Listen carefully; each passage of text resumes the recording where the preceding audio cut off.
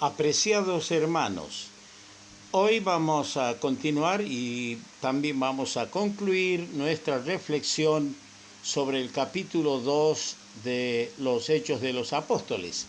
Y hoy vamos a volver a leer los versículos 41 y 42.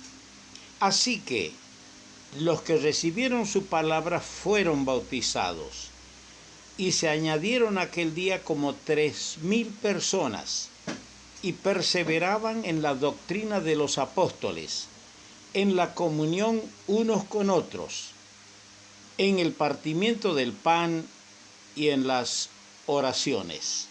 Que nuestro Dios bendiga su buena palabra. Hay un texto en Filipenses, el capítulo 2, creo conocido de todos, en Filipenses el capítulo 2, y los versículos 1 y 2 dice: por tanto, si hay alguna consolación en Cristo, si algún consuelo de amor, si alguna comunión del Espíritu, escuche bien, si alguna comunión del Espíritu. Y el verso 2, la última parte, unánimes sintiendo una misma cosa. Creo que el capítulo 2 de los Hechos, los versos 41 y 42, son la base de donde debe partir todo el desenvolvimiento de la vida orgánica, la vida privada y la vida pública de la Iglesia del Señor Jesucristo. Tiene que haber una comunión del Espíritu y todos tenemos que sentir una misma cosa. No es cuestión que por nuestros criterios y la porfía de hacer prevalecer nuestros criterios, unos disparemos para un lado, otros para otro lado, dejando a un costado en desmedro de las bases que tenemos en la iglesia primitiva en Hechos capítulo 2, versos 41 y 42. No podemos alterar esas 7 cosas maravillosas de la sabiduría, estas columnas que tenemos acá en realidad, que los primeros convertidos, primero la conversión. No se puede ser miembro de la iglesia dispensacional si no hay conversión a Cristo. No se puede ser miembro de una asamblea local si no se bautiza y luego es añadido. Y luego persevera en la doctrina, en la comunión unos con otros, en el partimiento del pan, es decir, la cena del Señor, y en las oraciones. No podemos ser creyentes solamente domingueros. No podemos ser creyentes que aceptan parte de estas bases de la iglesia primitiva y desprecia lo demás. Si alguna comunión del Espíritu, sintiendo una misma cosa. Hoy quiero referirme más bien en esta última parte a esta frase, que perseveraban en la comunión unos con otros. En el Nuevo Testamento, la palabra comunión tiene varias aplicaciones. Vamos a ver por lo menos 7 de esas aplicaciones. En 1 Corintios 1:9 dice como la comunión que hay en Cristo. Aquí sí es importante, la comunión en Cristo. En 2 Corintios 13:13 dice la comunión del Espíritu Santo. No se puede decir estoy en comunión en la iglesia si no estamos en comunión con Cristo, con el Espíritu Santo y en paz con quienes vamos a sentarnos en la cena del Señor para adorar a Dios. Segundo, tiene otra aplicación en 2 Corintios 8:4. Allí es la palabra traducida, la palabra comunión traducida participación. La participación en el servicio de Dios. La participación en el servicio del Señor, como dice también en Filipenses el capítulo 4 y el versículo 5, capítulo 4, verso 15 de Filipenses. Y sabéis también vosotros, oh filipenses, que al principio de la predicación del Evangelio, cuando partí de Macedonia, ninguna iglesia participó, comunicó, tuvo comunión conmigo en razón de dar y recibir, sino vosotros solos. Esta iglesia tuvo una comunión, una participación. ¿Cómo? Ofrendando dinero al siervo de Dios para que tenga para sus gastos, sus pasajes y para que siga adelante con la proclamación del Evangelio. El apóstol lo resalta, esta comunión en el servicio del Señor. Él nunca pedía nada, menos va a pedir el diezmo, que no fue enseñado por el Señor para su iglesia. Más bien el apóstol recibió la revelación de que cada uno, conforme haya prosperado, conforme a lo que pueda dar, debe dar.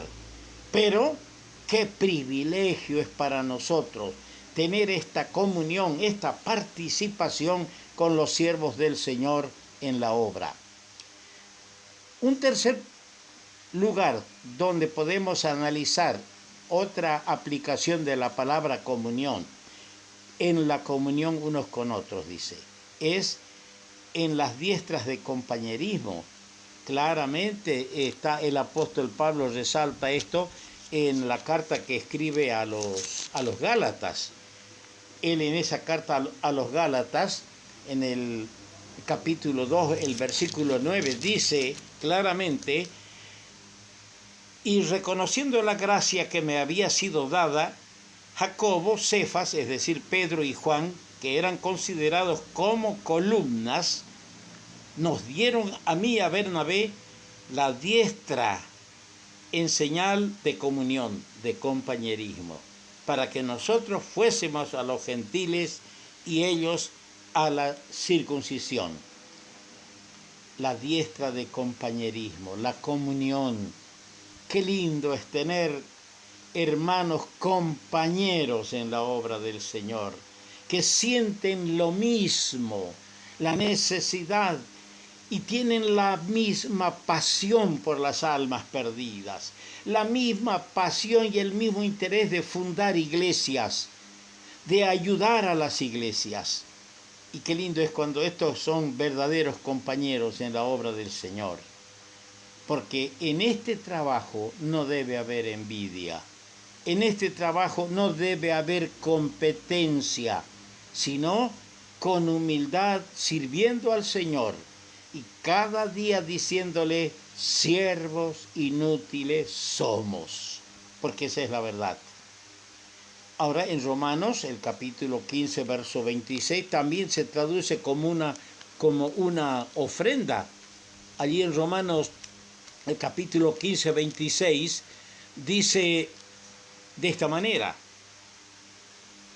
porque Macedonia y Acaya tuvieron a bien hacer una ofrenda para los pobres que hay entre los santos que están en Jerusalén.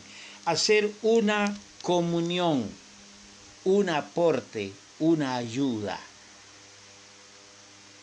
Qué bueno es cuando las iglesias, al saber la necesidad de otros hermanos que han sufrido la pérdida de sus bienes terrenales por una riada, por un desborde del río, por un incendio, piensan en sus hermanos.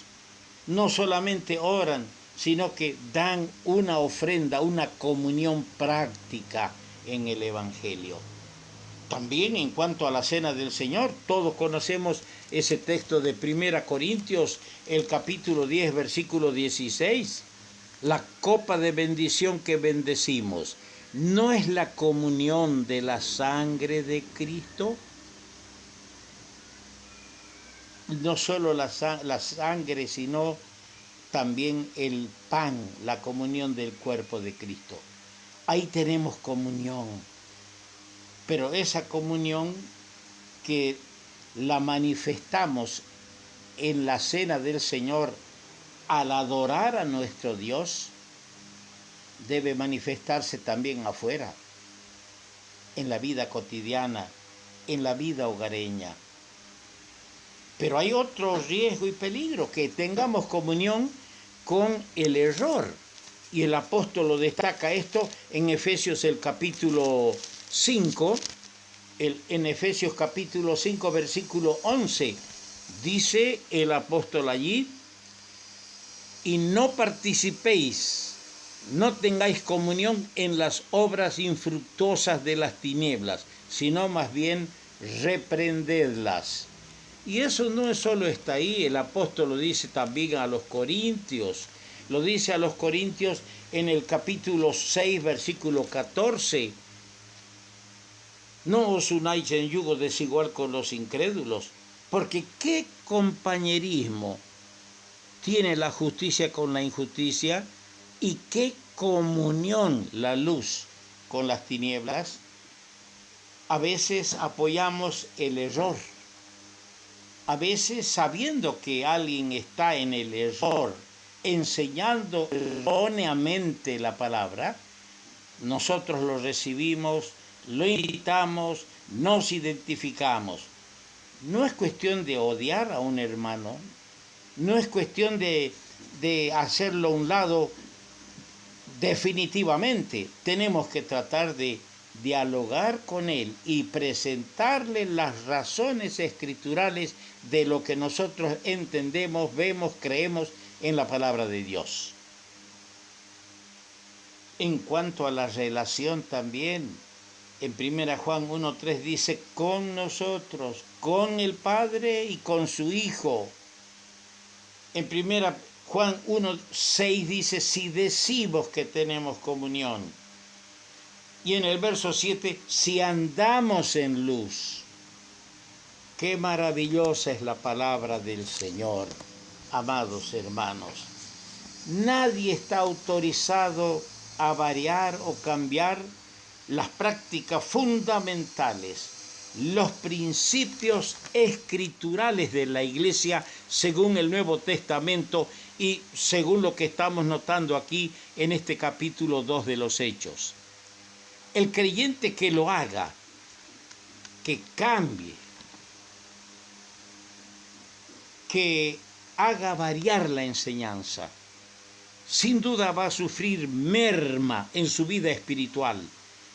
Va a experimentar pobreza y falta de poder espiritual en su vida. Por ello, hermanos, si nos sentimos apagados y deseamos experimentar un avivamiento, para lograrlo no está en acomodar las cosas a nuestro criterio u opinión. No es cuestión de acomodar el desarrollo de la iglesia, la vida orgánica de la iglesia o la enseñanza a nuestra conveniencia. Más bien debemos examinarnos sinceramente a la luz de la palabra, y en la presencia del Señor, y colocarnos dentro de las condiciones divinas, amoldándonos nosotros al dechado, al ejemplo, al modelo divino, y no querer acomodar lo divino a nuestro error y a nuestras falencias.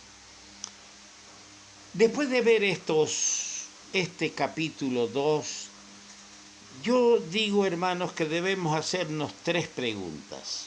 La primera: ¿hay poder en nuestros mensajes? Porque vean, había poder en el mensaje de Pedro, que 3.000 almas se convirtieron. Cuando usted predica, hermano, ¿hay poder en sus mensajes? ¿O usted está predicando para llenar el vacío, para cubrir la falta de que no hay otro quien lo haga? ¿O usted sale allí para competencia al púlpito? Si usted no se ha ejercitado a los pies del Señor, si no ha recibido por medio del Espíritu Santo el mensaje para entregar, mejor quédese sentado, hermano. Su mensaje será hueco, sin poder. Por eso, ¿hay poder, digo yo, en nuestros mensajes? Segunda pregunta que debemos hacernos. ¿Tienen nuestros mensajes semejanza, parecido al discurso de Pedro en su forma y contenido? Porque a veces subimos al púlpito, dice esta noche se va a hablar y se pone un título, pero altamente atractivo el título. Tratemos de apegarnos al patrón de las Escrituras, al dechado que tenemos en estos grandes hombres de Dios, cuyo sermón, cuyo discurso, cuyo mensaje, cuyo contenido realzaba la persona del Señor Jesucristo. En tercer lugar, debemos hacernos otra pregunta. ¿Hay resultados efectivos en nuestros mensajes, en nuestra predicación? Si usted predica y predica y predica y no ve frutos, vale la pena hacer un análisis de su manera de predicar, de su forma de preparar los mensajes. Los hace a la carrera, a las ligeras. Digo esto por la experiencia que tenemos. Hay hermanos que suben para predicar un tema y no pueden leer ni siquiera correctamente la porción que va a servirles de base o de texto para la predicación. ¿Por qué? Porque no están compenetrados, no están consustanciados con el pasaje bíblico. Lo han leído a la carrera y así no puede haber resultados efectivos. Que el Señor añada su bendición a estos pobres y pálidos pensamientos que hemos tomado de este capítulo 2 de los Hechos de los Apóstoles.